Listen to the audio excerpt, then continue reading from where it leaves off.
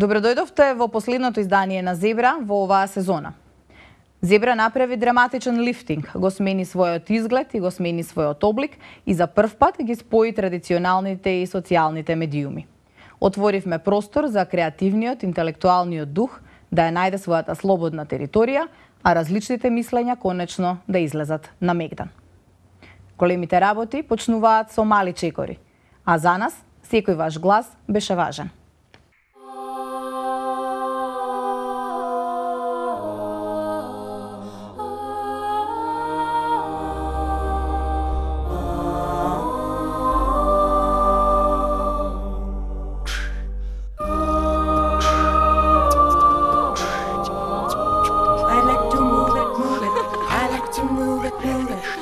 To move it. You like to move it. Move it. I like to move it.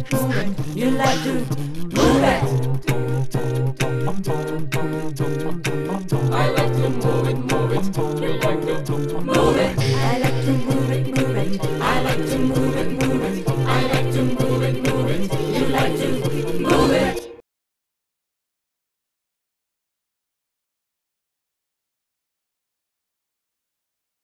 По 5 месеци од почетокот на еден ваков пионерски обид што се обиде да ги спои телевизијата и интернетот, професионалното новинарство и демократизацијата што ја донесоа социјалните медиуми, време е да погледнеме што велат бројките за неговата успешност. Во изминатите 5 месеци, 416.000 луѓе ја погледнале Зебра преку фреквенциите на Алфа и Ера телевизија. 30.000 луѓе заинтересирани за дебата на разни теми ја гледале емисијата преку YouTube каналот. Со гордост можеме да кажеме дека Зебра е првата емисија која што симултано се емитуваше на македонски и на албански јазик во обид да ја направиме што подостапна за што поголем број луѓе во Македонија.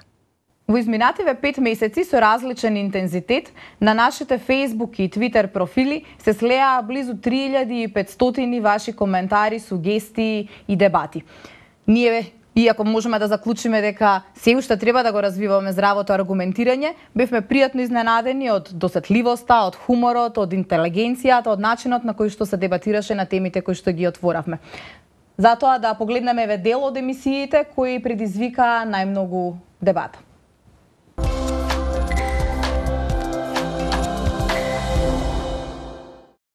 1% од имотот во светот е во собственост на жената.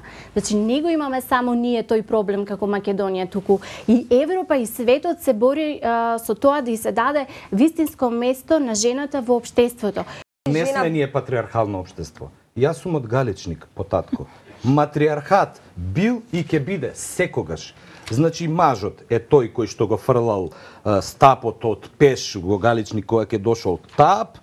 Доаѓа мажот се мести прво масата, но мајката е таа била, и ќе биде која што се прашува за се. Галичани ли велат кај мшти директор во која фирма, а не велат кај женати? Кога еднакви сме. Доколку сме еднакви, ако сме по устав сме сите еднакви. Апсолутно. Но доколку сме еднакви, тогаш еве како да отидам сега син ми да го надојам.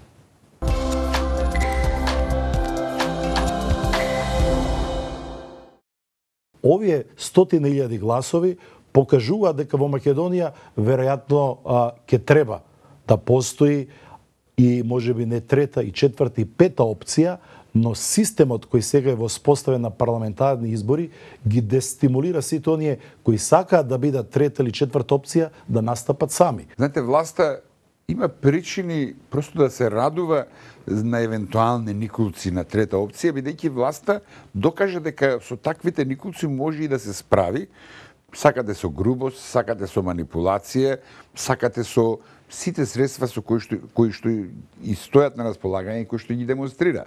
Опозицијата се разбира далеку е од тоа да размислува дали ќе се појави трета опција. Они беа во модот на некаква конструктивна опозиција до 24 декември, сега се уште недоразбудени.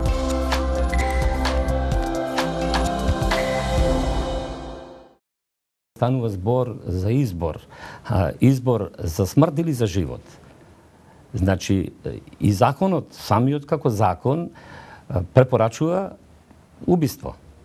Најгрозуморен тип убиство е абортусот. проблемот е што концептот е заснован буквално, како што кажа Јели, на туторство на мажите врз жените. И всушност ова не е закон за прекин на бременост, ова е закон за спречување на слободен прекин на бременоста до 10-та недела. На жената не е дадена заповед, туку е речено да го почитува мажот. Но на мажите се дадена од Бога заповед да задолжително ги сакаат своите жени. А да ги почитуваат? Не, да ги сакаат. Поголема заповед има врз мажот од Бога дадена и единствена заповед. Кажано е, сакањето е задолжително.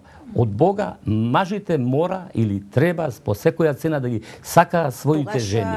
Но тоа е посесивна љубов. Знаете, вие да сакате со тоа што како ова чашкава да го поседувате, лампава и не знам, и вие да кажувате ваму лево ќе го ставам, десно ќе го ставам. Таа е едно тело со својот маж и еден дух и треба еднакво да мислат и да размислуваат. Ако не мислат така, не се маж и жена по учењето на нашата црква. Кои се последиците и санкциите, значи буквално или не буквално, во однос на мажите за било која од одлуките? Значи, ние сите знаеме како настанува ембрионот, со јајце, клетка и со сперматозоид. Значи, овде целата одговорност, сите последици за сакано или несакано се струполуваат на жените. Се шегував на Фейсбук дека треба по милиметар, по сантиметар да им се сече пенисот, па тогаш и они во корелација машко-женско тело, дух и одлука и слободна волја, а да се мислат по 100 пати што прават. А вака уште ќе ти дојде на своето и он ќе мисли. Планирањето на семејството во православната црква е раѓате едно дете, 2-3, сакаме повеќе да не раѓаме. Нема да раѓате, ама ќе живеете како брат и сестра. Нема контрацептивни средства, нема начин за ова. Зашто? Нема полово општење.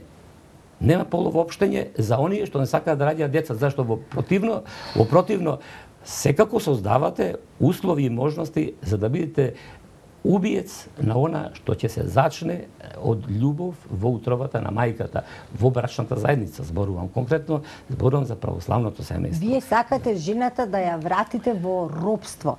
Тоа жената никогаш не е во робство. И тоа е во најпатриархална, најекстремна варијанта и мислам дека тоа не е воопшто мудра политика од страна на македонската православна. Сега вие ова кога укажувате се кревате против Бога.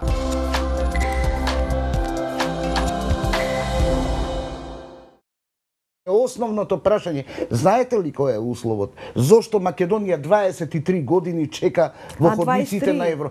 Да, тоа е ново за мене. Од апликацијата за прием во 2005 мислам дека сме лидер сме на Балканот. Ама живее во Заблуда очигледно. Каде што ние етапно се обезличувавме за да влеземе таму каде што рековте дека ни е единствена опција. Каде бевме ние обезличени во 2005-та? Сменивме устав, се откажавме од малцинствата. Имаме подобар устав денеска. Денеска имаме подобар устав. Немојте ве молам. Имаме устав како за 21 век денеска. Си го сменивме знамето под надворешен притисок. Значи не ве прашувам. Покажува дека имаме капацитет за правење компромиси. Тоа се компромиси. Апсолутно. И за градење консензус. Господјо. Сега ќе ви кажам, една од најбитните работи за кои што на видно ниво и битно за не само за ЕУ, битно и за македонски не го спомнуваат веќе. Една од битните работи што тие бараат е практично peacekeeping, кој се тие што бара? Кој се тие? Глобализацијата бе, Мирка, не живееме у 19 век да му се сневиди. Глобализацијата не е таква како што сте ја виделе во 90-та година. Каква е? Америка не е газда на светот. А кој е, ба, впрочем? Европските држави не се газди на светот. Кој е, Мирка, кој е? Мултиполарен е светот. Светот веќе нема една цивилизација и остаток нецивилизиран. Едни владетели и другите робови. А да ви кажам, не е тој свет. Вие сте заглавиле. Малку со статистика да се занимаваме. Оставите статистиката таму кај што ви треба во секретаријатите, во комесаријатите. Овде разговараме за реални интереси на реални луѓе. Не може да ми продавате регионална организација, како пакет на, како се вика тие ТВ услуги, и да викате, вие, господо, кај нас супер зачленете сте, најболја програма ќе гледате, ама, под услов, да не знаете како се викате, да не знаете јазикот како ви се вика, односно нас не ни се допаѓа вашиот само идентификационен избор. Ама тоа само во вашата глава бе, не е тоа точно. Во вашите акти, господјо, вие сте лобист на една група моćници кои немаат врска ни со националните политики. Што подразбирате под лобист? Платен, вие. Платен сум Вашиот институт не работи на фондови домашни. Сакате ли веднаш да се менуваме? Јас и вас, вашата имотна состојба со мојата, веднаш да ја менуваме. Штом сум јас платен лобист, мислам, како да ви кажам. Ајде да си ги смениме положбата. Ја ќе живеам во зградата кај што живеете вие, а вие дојдете да живеете кај што живеам јас. Па бидејќи сум платен лобист, јас таму со дискредитација, аргументи Мирка треба, не треба дискредитација. Имате ли одговор на моите? Имам, јас цело време ви одговарам, ама вие ме враќате во 19 век. Не можам таму да разговарам. Не можам на тоа ниво да разговарам. Кој друг? Кажете ми статистика, кажете ми подршка на ова. Со ова ние што се соочуваме. Не во 19. Нас само ни се чини дека се соочуваме затоа што така сме избрале.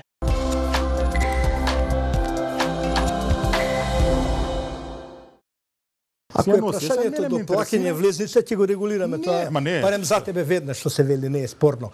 Не е тоа прашањето. Не, тоа е прашањето. Тоа е прашањето. Без транспарентност не постои. Дозволи.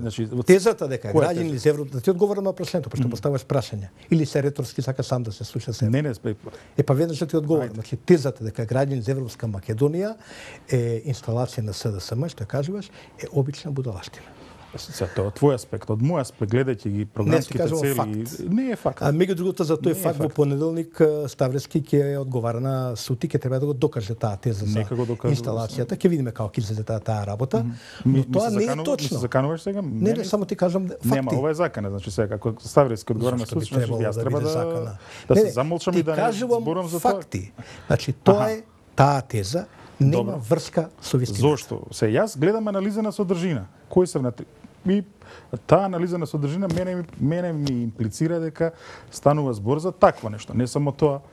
Таму, например, имате обесен еден манифест кај што мене ме прогласувате за Гебелс или такви некои глупости. Ја немам намера да се тужам со вас, зашто тоа што го пишувате не е видена будалаштина. И сега, тоа стигматизација што ја правите, тоа ширење на ѓубре во просторот, знаете, а од друга страна се залагате за Европска Македонија и се борите против режим. Не е во ред, Геровски. Мислам, не е во ред. Значи, јас со вас немам проблем да дискутирам, затоа што, меѓу другото, и на телефон можеме да се завртиме, но и во кафеана, можеме и во телевизија, цивилизирано да отвориме диалог за било што. Не, така, потиски да и веканев на јавни дебати. Да разговараме за тоа. Не ме канал никој. Меѓутоа, стигми да ми лепи некој мене таму да ме прогласува за фашист во 21 век. Тоа е срамота. Не сум човек кој што, значи, јас мислам дека најефтиниот човек си го брани зборот преку суд. Така што немам намера било кого да тужам. Меѓутоа, срам и арам да му е на тој што составувал таму такви будалаштини каде што пишувал поганости, мислам, онака за луѓе. Срамот. Господин Боцевски, вие што е поентата на ова мојата интервенција што сакав да патем речено гем го спомнавте вие. Ние одлучивме да разговараме за европската иднина Македонија во овој момент кога видовме дека таа иднина е драматично загрозена од еден гебелсовски режим и тоа е ја не знам кај живеете вие, но во ова општество во кое ние живееме. Живеем во Карпош 4. Океј, можеби таа вистина не стасала до Карпош 4.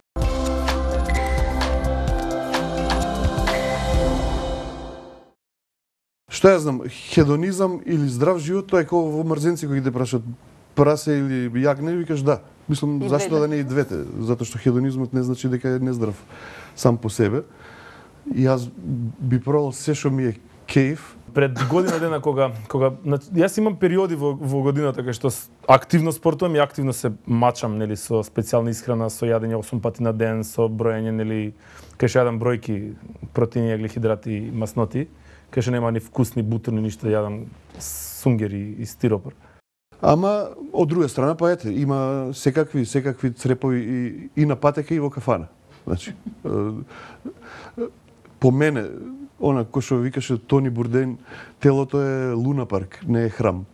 Значи, телото е нешто со кое треба да се играш и да а не да му пристапуваш богобојазливо како кога влегуваш во храм. Така да, што ја знам, хедонизмот мене ми е близок затоа што е интимна ситуација. Значи, мене петлето ми кажува што ми прави кеф. Значи, не одлучувам дека тоа ми прави кеф откако сум прочитал 4-5 научни студии на таа тема,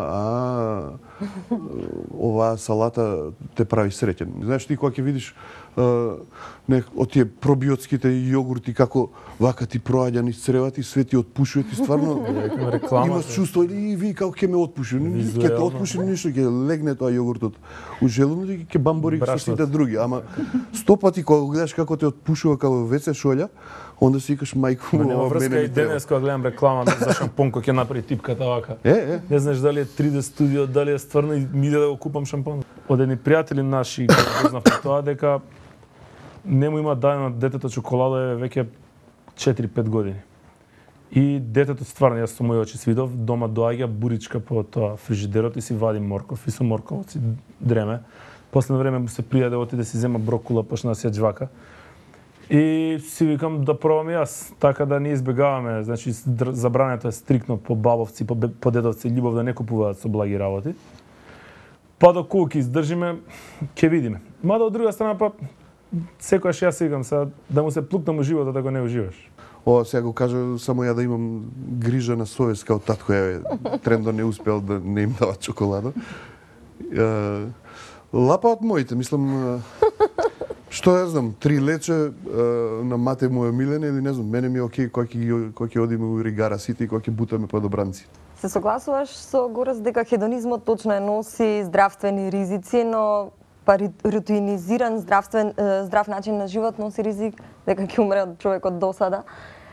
Јас би бил крајно незадоволен од било каква смрт да ми се случи. Значи, јас не можам да одберам сега од што сакам добро. Јас стварно би бил разочаран од себе.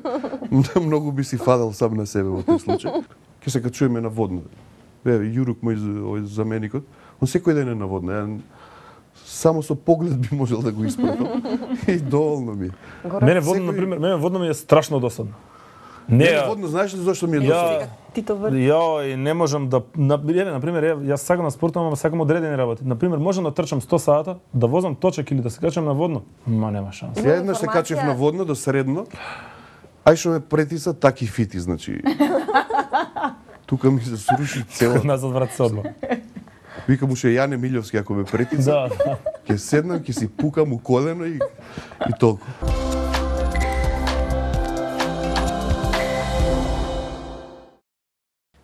Проектот Скопје 2014, новиот закон за абортус, основаноста на феминизмот, растечкиот евроскептицизам, одливот на мозоци, регистарот на педофили, се дел од темите кои што предизвикаа најголемо внимание и ве поттикнаа вас да коментирате на нашите Facebook и Twitter профили.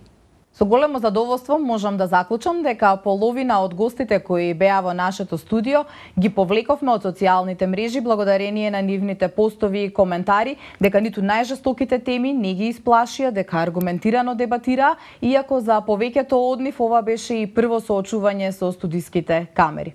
Еве дел од овие дебати.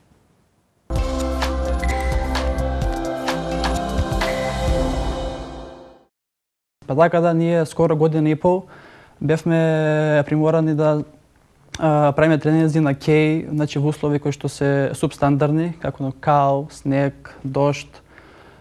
Сепак во поразвиени земји во текот на барем во текот на зимскиот период се имаат матлетски сали каде што внатре е загреано, значи се има патека посебна. Ние во текот на зимскиот период сме како екзибиционисти, односно тренираме со шалови, со капи, со ракавици, значи на температури кои што се минус. Атлетиката како спорт, значи супер е краљица на спортовите, меѓутоа кај нас нема фатено толков корен колку што имаат фатено, колку што имаат фатено масовните спортови. Тенисот е многу поскапо од атлетика и супер е што се направија тие 100 игралишта. Ако ништо друго еден ден може да се посади некоја култура, имаме субвенции и нема да одат фира парите. Мотивацијата најчесто опаѓа поради немање на доволно финансиски средства и тука се губи волјата за да се постигне подобар резултат најчесто. Дали за $1.000.000 би истрчал светски рекорд, кажи ме. Ми го зема прашање. Извини. Па тие $1.000.000 доколку се употреба значи наменски и во рок од 4 години јас сум убеден дека нормата ќе биде исполнета. Некој спомна, не знам, па дека во Кенија нема услови, не знам што. Олимпискиот фонд на Кенија е $1,5 милиони, што е скоро дупло од нашиот буџет, што е за сите спортови. Добро ако се даваат wildcard за шетње до Лондон или 2016 во Рио, сакам и јас да одам во Рио. Ке трчам за Македонија. На ке ако треба. Ке дам се од себе, и на ке, и во кал, и во снег, и во се.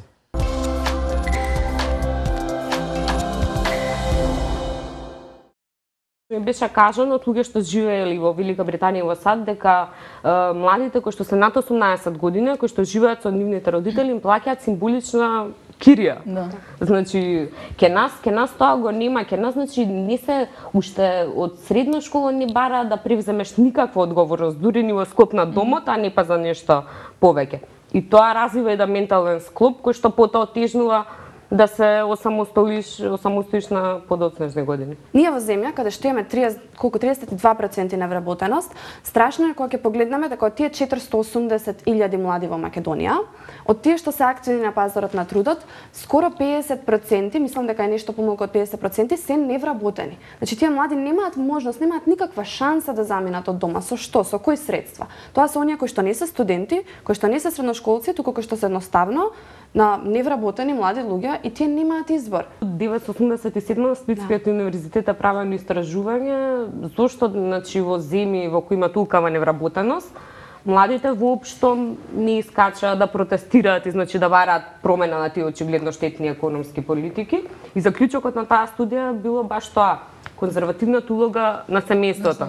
Да, дека значи младите се навикнати дека некој друг ќе се погрижи за нив, значи секогаш тоа префрлање на одговорност, ќе ги споделат проблемите. Да, започнува од семејството, после се рефлектира понатамка и на другите инстанции. Значи тоа е еден вид на затворен круг.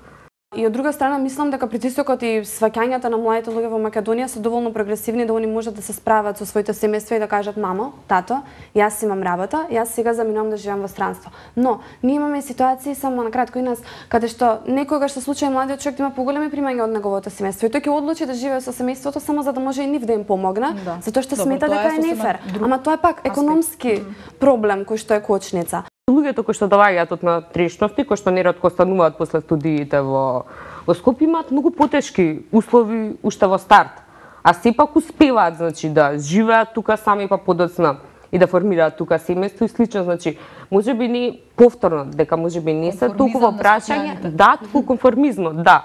Значи дека е можеби поудобно, и јас тоа сум убедена дека е поудобно да бидеш, што е факт, со твоите да знаеш дека нели секогаш имаш некој кој што ќе се погрижи за твојот оброк, за оваа зона, евентуално кога ќе дојдеш при крај на први без пари да се поземиш и така. Значи, еве, луѓето од натрешноста како тие може да се снајдат и да функционираат тука? Да, ама тука влегуваат и оние примери на аскетски живот и колку си спремен ти да истрпиш. Пошто имаме примери на млади луѓе каде што, не знам, јас имам 3 пријателки кои што живеат сами и тие немаат, рандом пример, но тие например не сакаат многу шекер и не можат да си го дозволат, едноставно од кафиче да си го земаат шекерот и тоа е тоа што го користат и таму и онаа појавата на ајварот дома што ти праќаат родителите. И не мислам дека тоа е зависна папочна врвца со родителите поне сакаат да ти направат јадење од домот, колку што е моето дете не може да си дозволи ова и ова, јас сакам да му помогнам на моето дете.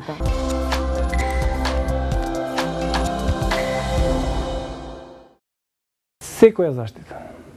Без разлика на припадност. А како тогаш го толкувате тоа што не државните институции не го осудија насилството? Например, јас лично бев нападнат на маршот на толеранција. Како го објаснувате тоа? Кочо, некој ако сакал да те нападне, ќе те нападнал на друго место, а не на маршот. Меѓутоа, државните институции се тие кои треба да се борат против тоа насилство и први треба да го осудат насилството. Не може да се ослободам од чувството дека и тоа ви е монтирано, дека Боже некој ве напаѓа. Се само нападнав. Организирано да покажете колку сте загрозени. ЛГБТ заедницата е скриена. Голем дел од неа е скриена. Особено ако зборуваме за бисексуалците, например, се многу скриени, така да тоа никој. Меѓутоа, одреден процент Насекаде во светот се раѓа како хомосексуалци. Значи, не се станува, не се... Одреден процент се раѓал и од секогаш и за секогаш ќе се раѓа како со поинаква сексуална ориентација или друг родов идентитет. Зошто? Затоа што според мене, јас го имам објавено во книгата, хомосексуалноста е резултат само на воспитниот процес. Да појаснам, длабоко несвесен воспитен процес што се случува во семејството. Може би 5% генетски предиспозиции има, но се тоа само генетски предиспозиции. Ако се негува со таков и таков воспитен процес, тогаш ќе се развие тој правец.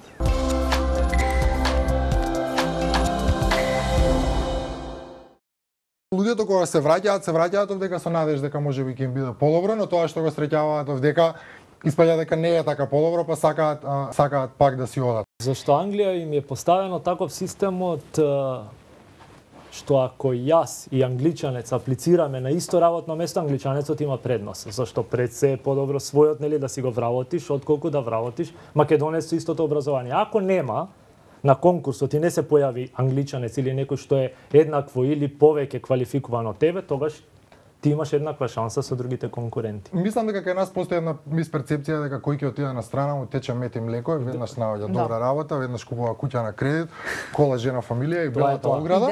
Второ прашање, како си? Не, прво прашање како си, второ прашање колку пари направи. Колку пари направи и тоа и мисла дека ти готово чим ќе стапнеш у Америка на аеродром, доаѓаат со понуди за работа, не е или со понуди за брак, што не остана, што не се ожени, што не зема документи. Да, англичаните така англичанките седат и те чекаат. Па мене ми требало по 3 минути ја да објаснам Македонија кај е, а не па да предложам брак на некој. Значи, мислам најголем дел од прашањата кои што ги добив од кога се вратив во овие месец дена будало зашо се врати и ќе одишли назад.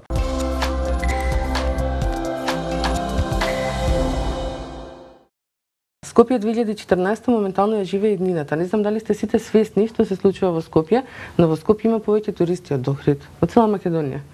Лани во Скопје имаше 350.000 туристи. По €1 да имат сите оставено, сите јаделе во ресторан, сите биле по продавници, сите спијат во хотел.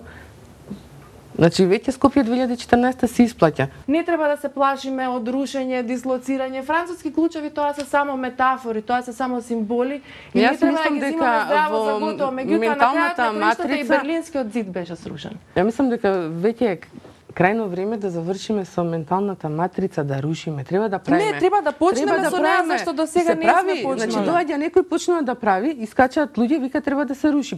Ја мислам дека треба веќе лекови или да се прска нешто по воздух, за да се треба да се прска за комарци, али се уште не сме го направиле тоа пошто сечаме дрва. Очекувам некои објекти како на пример Триумфалната порта, ако не можеме да ја срушиме, барем да ја обраснеме во бршлен и веќе да не ја гледаме. Очекувам некои згради кои што можеби не можеме да ги срушиме, можеме барем да ги реуредиме и да ги направиме некакви културни центри или социјални собирни центри.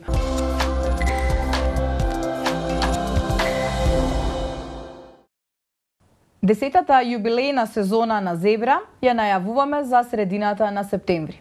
Остануваме отворени за различните аргументи и коментари и се разбира ја оставаме отворена можноста различните ставови да бидат жестоко бранети. Дебатата на теми кои што го засегаат граѓанинот на Македонија ќе остане во нашиот фокус. Доколку има тема што сакате да биде дел од нашата дебата, слободно пишете ни zebra@newmoment.mk, нашите профили на Facebook и Twitter остануваат отворени за сите ваши сугестии, прашања, предлози на гости. Се што ве засега вас и вашиот квалитет на живот. Поздрав до септември!